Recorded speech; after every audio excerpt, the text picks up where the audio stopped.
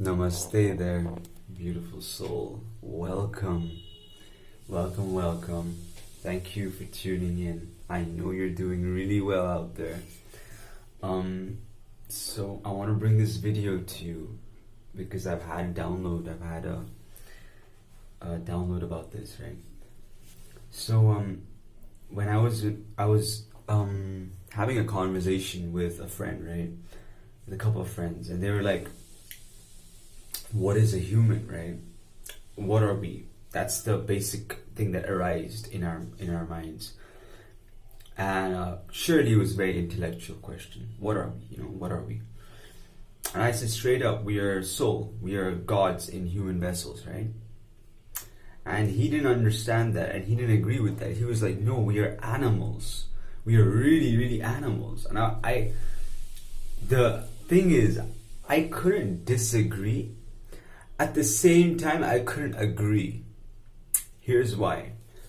See, when we take a birth, right, into this human body, we are animal, but what makes us a little more than that is the fact that we can perceive something like God. We can perceive something that is non-perceivable, by in a literal sense. It is something a little spiritual. It's something beyond this material world. You can't perceive God through your five senses. You can try, sure, but it's never that real experience, right? You got to go beyond the mind, the intellect, the ego, and then you got the five senses, right? You got to go beyond all these things and reach a state of union with something that is so pure in essence, which is you, right? Which is essentially you. But so this is essentially evolution. So you're born, you're an animal, right? You are an animal. You eat and you procreate. And the reason you even took birth is because two people came together and made love and created you, right? So understanding that that you have a lower nature, but your higher nature also exists. And the entire purpose is to connect the higher self with the lower self through the heart chakra. And when this happens, it's like nothing more can really hurt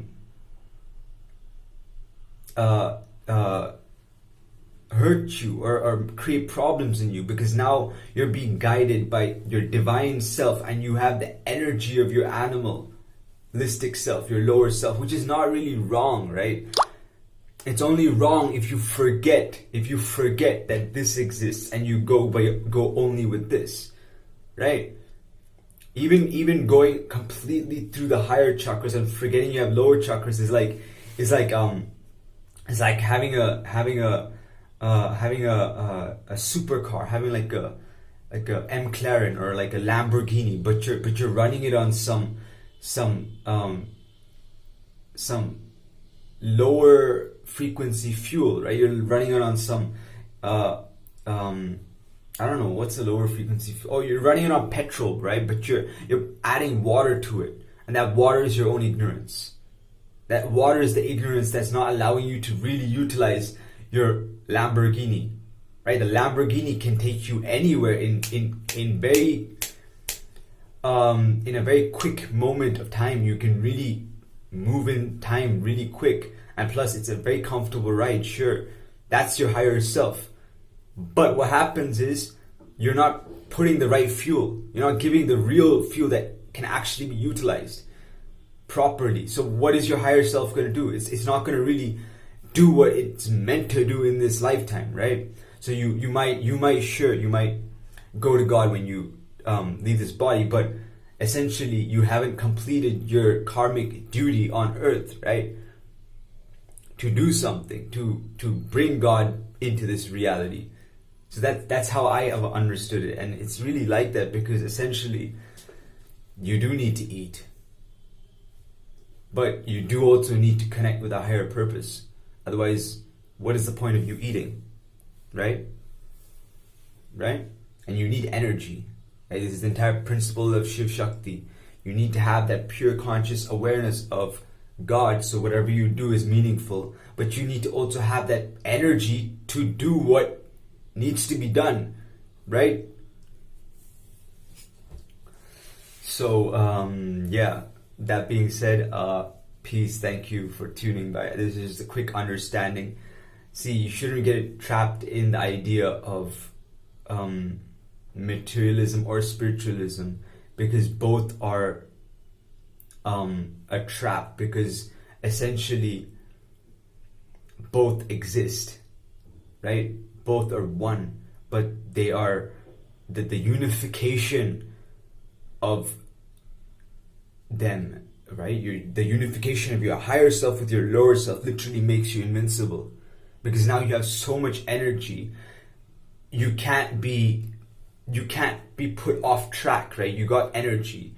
You've got energy now you have the drive, the courage, the charisma to go and get what you want to get, right?